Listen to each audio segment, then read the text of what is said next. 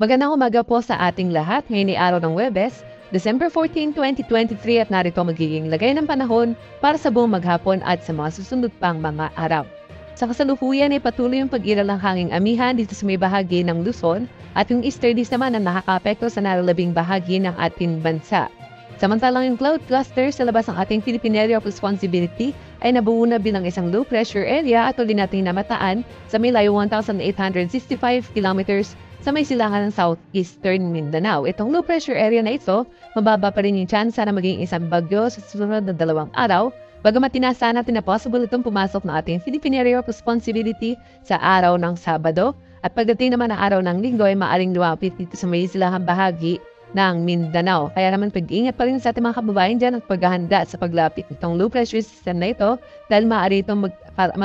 magdala ng mga pagkulan sa may silangang bahagi ng Visayas at ang Mindanao. At para naman sa magiging lagay ng panahon ngayong araw sa Kalahang Luzon, inaasahan natin na maulap na kalangitan na may mga pagkulan o may hinang pagkulan sa may bahagi ng Cagayan Valley, Aurora, Quezon at sa ilang bahagi ng Bicol Region, partikular sa may bahagi ng Camarines Norte, Camarines Sur at Catanduanes, dahil yan sa epekto ng hanging amihan. At sa nalalabing bahagi ng Luzon, kasama na rin sa Metro Manila ay magkakaroon naman generally fair weather conditions at magkakaroon lamang ng mahihinang pagulan o mga isolated na mga mahihinang pagulan o pag-ambon dahil naman yan sa epekto ng hanging amihan.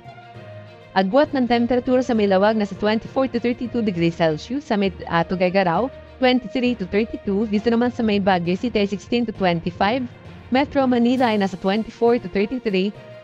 Tagaytay City nasa 22 to 30, sa may bahagi naman ng Legazpi at Calayan Islands ay 25 to 32 degrees Celsius, at dito naman sa may Puerto Princesa ay 25 to 33 degrees Celsius. At para naman sa magiging lagay ng panahon sa Kalahang Visayas at Mindanao, asahan pa rin ang generally fair weather conditions bagamat posible pa rin magkaroon ng mga severe thunderstorm events na maaaring magdala ng mga pagbaha at pagbuho ng lupa, kaya maging alerto at ang mga kababayan tuwing magkakaroon ng mga severe thunderstorm events.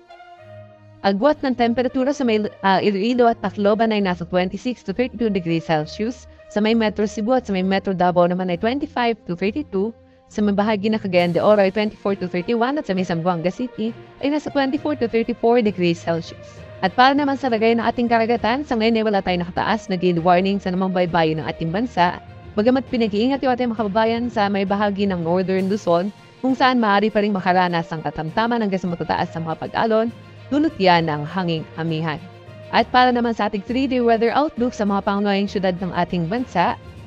sa simula bukas, araw ng Biyernes, hanggang sa araw ng Linggo, inaasahan natin na bukas, generally for weather conditions sa buong bansa, bagamat nahihina yung hanging amihan at magkakaroon naman ng mga thunderstorms sa lahat ng bahagi ng ating bansa at posibleng mga isolated rain showers or thunderstorms. At pagdating naman ng araw ng Linggo, inaasahan natin na magkakaroon ng mga pag-ulan dito sa may bahagi ng Bicol Region at gayon din sa may Eastern Visayas sa unti-unting paglapit ng low pressure system na ating binabantayan at muling iiral yung hanging amihan dito naman sa may bahagi ng Luzon kasama din ng Metro Manila at sa nalalabing bahagi ng Visayas at ng Mindanao, generally for weather conditions maliban lamang sa mga chance ng mga isolated rain showers or thunderstorms.